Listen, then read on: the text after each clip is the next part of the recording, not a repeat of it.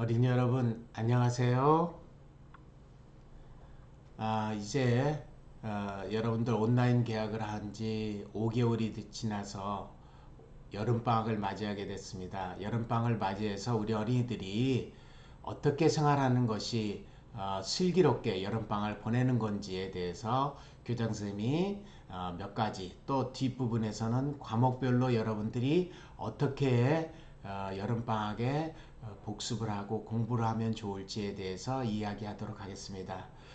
우리 어린이들 방학이 시작이 되면은 여러분들이 항상 게을러지기 쉽죠. 그래서 슬기롭게 여러분들이 방학을 보내려면 규칙적인 생활을 해야 돼요. 그래서 규칙적인 생활을 하는 좋은 방법은 생활계획표를 만들어서 실천을 하도록 합니다. 생활계획표 안에는 여러분들이 아침에 몇 시에 일어나고 또 몇 시에 또 공부를 하고 또 몇 시에 학원을 가고 또 몇 시에 자야 될지를 잘 표시를 해두면 여러분들이 규칙적인 생활을 하는데 도움이 많이 될 거라고 교장선생님 생각합니다. 그 다음 방학 동안에 여러분들 그 규칙적인 생활하는 것 중에 중요한 것 중에 하나가 반드시 잠자는 시간을 규칙적으로 자도록 해야 돼요. 우리 어린이들 방학이 되다 보면 마음이 느슨해져 가지고 자칫하면 늦게까지 잠을 안 자고 텔레비전을 보거나 컴퓨터 게임을 하거나 핸드폰 게임에 빠져가지고 잠자는 시간이 늦어질 수 있습니다. 그러면 여러분들이 자라나는데 굉장히 또 건강에도 안 좋은 상황이 되게 됩니다. 그래서 우리 어린이들 자는 시간을 규칙적으로 꼭 지켜주도록 합니다. 우리 어린이들 저학년 어린이들 같은 1, 2학년 같은 경우는 보통 9시에서 9시 반 사이가 참 좋을 것 같고요. 3, 4, 5, 6학년 어린이들 같은 경우는 늦어도 10시 전후에까지는 잠을 자도록 여러분들 습관을 들여주시면 좋겠습니다. 그 다음 건강생활을 하기 위해서는 구체적으로 목표를 세워가지고 실천을 해야지 그 어린이들이 그 목표를 쉽게 달성할 수가 있어요. 예를 들면 줄넘기가 예를 들어져 있는데요.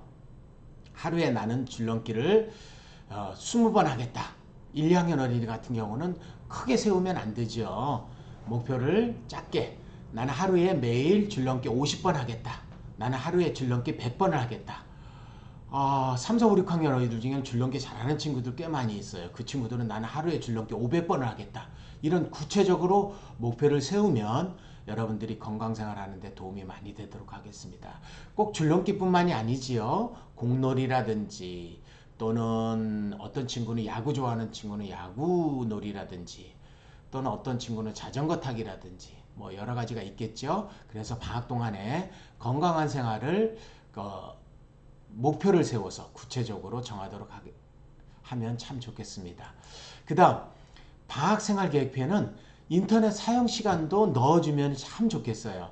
우리 어린이들 인터넷을 하다 보면 시간 가는지 모르죠. 그래서 인터넷을 사용하더라도 꼭 시간을 정해두면 그 시간에 맞춰서 인터넷을 하고 또 정해진 시간이 딱 되면 인터넷을 멈추는 그런 좋은 습관을 들이면 건강생활에도 도움이 되고 여러분들이 방학을 보람있게 보내는 방법 중에 하나가 되겠어요.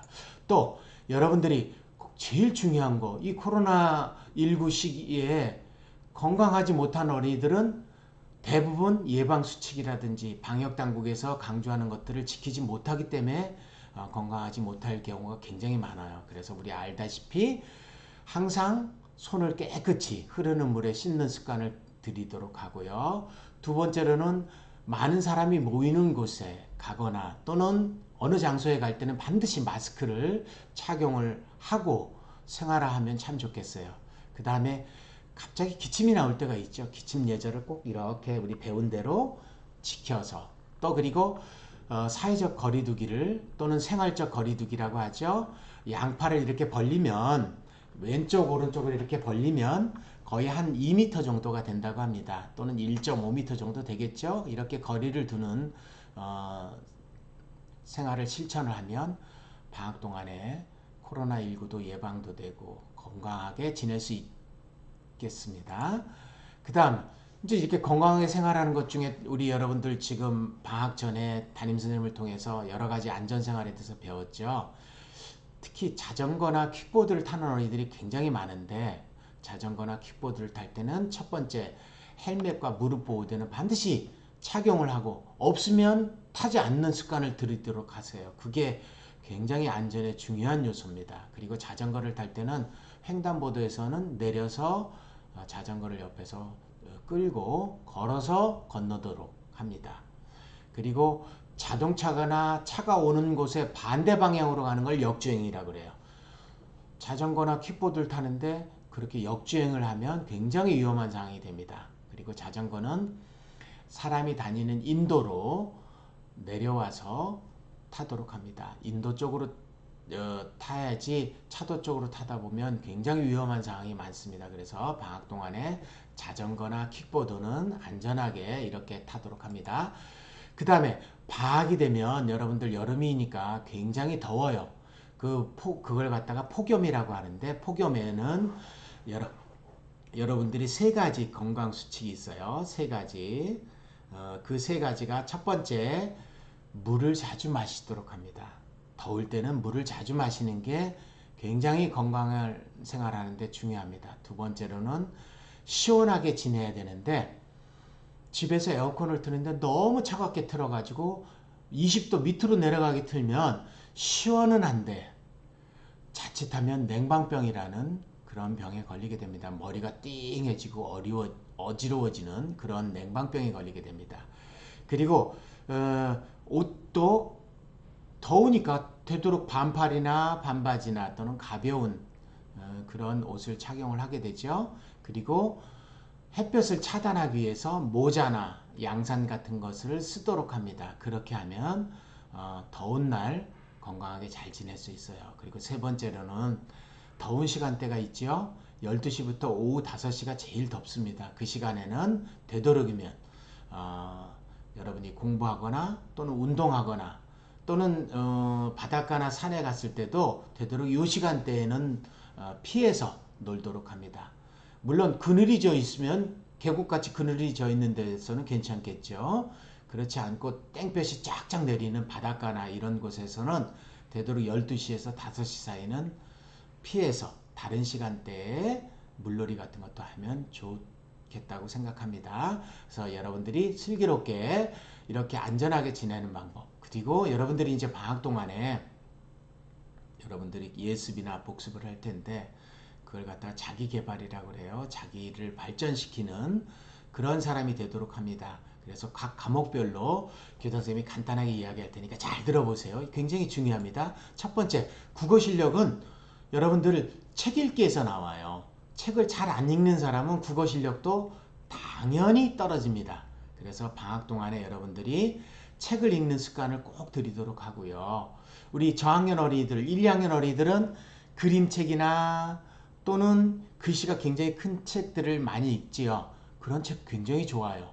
그래서 그 책을 통해서 재미를 느끼고 좀 더 많은 책들을 읽어 나가도록 합니다. 3, 4, 5, 6학년 어린이들은 글씨가 좀 많은 책들이 있죠. 그런 책들을 시간 날 때마다 읽도록 하고요.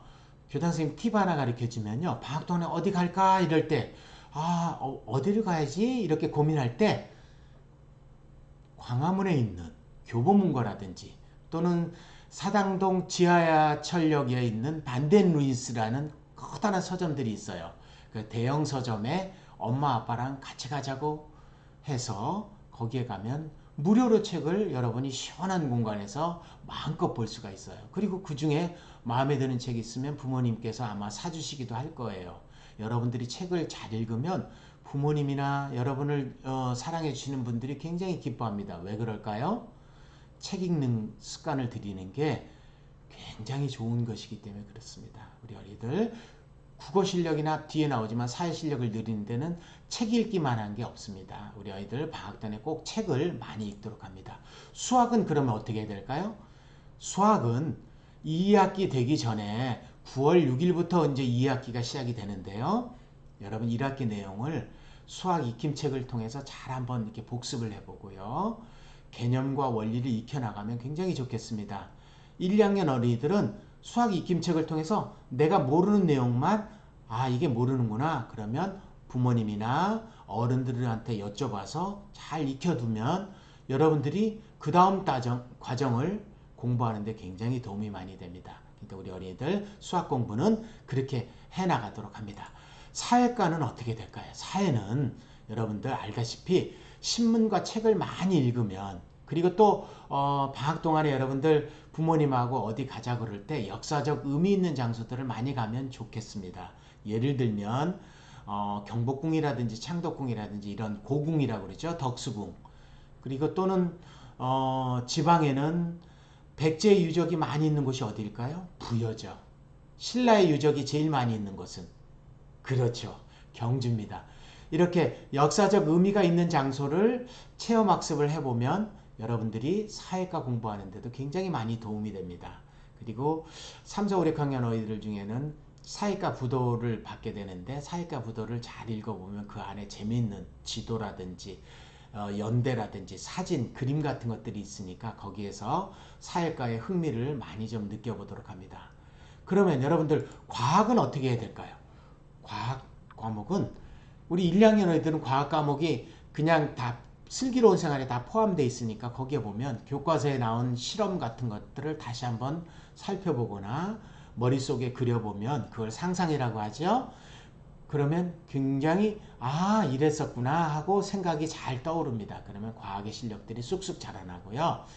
과학 용어라든지 여러 가지 개념 같은 거는 여러분들이 우리 도서실에서 제일 인기 있는 책이 학습 만화라고 그러대요. 학습 만화 같은 걸 통해서 여러분들 살펴보면 금방금방 머릿속에 쏙쏙 들어오니까. 그리고 또 엄마 아빠랑 과학관이나 박물관 같은 데를 가보면 좋겠지요. 그런 데서도 과학에 관한 원리나 개념을 익히는데 많이 도움이 됩니다.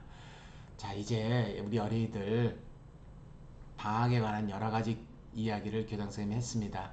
여러분들이 8월 17일부터 물론 1학년, 2학년 차례대로 개학을 하게 됩니다. 그러면 여러분들이 그때까지 3주간의 짧은 기간이지만 교장선생님이 이야기한 안전한 생활 또는 건강하게 하는 생활, 그 다음에 방학 동안에 실력을 기르는 방법 중에 책 읽기만 하는 것이 없다 그랬어요. 책을 많이 읽어서 실력이 쑥쑥 올라가는 그런 시간들로 가져주시기 바랍니다. 그리고 1학기는 여기에도 나와 있지만 9월 9일까지는 1학기예요. 그러니까 여러분들이 방학이 됐다고 해서 책을 어디다 갖다 버리거나 잊어버렸어요 이러는 어린이들이 없도록 1학기 교과서는 그때까지 잘 살펴보기도 하고 그리고 복습을 하는데 여러 가지 이용을 하고, 개학을 하고서도 1학기 교과서를 가지고 공부를 하게 된다는 것을 알려드립니다. 그리고 마지막으로 가장 중요한 거는 방학 3주간 동안에 여러분들이 건강하게 생활을 해서 맛있는 음식도 많이 먹고 재밌는 장소도 많이 가보고 그리고 책도 많이 읽어서 건강하게 잘 지내다가 개학날 맞이하도록 합니다. 교장선생님이 방학을 어떻게 하면 슬기롭게 보내는지에 대해서 지금까지 이야기했습니다. 우리 어린이들 건강하게 잘 지내고 개학날 만나도록 합니다. 안녕.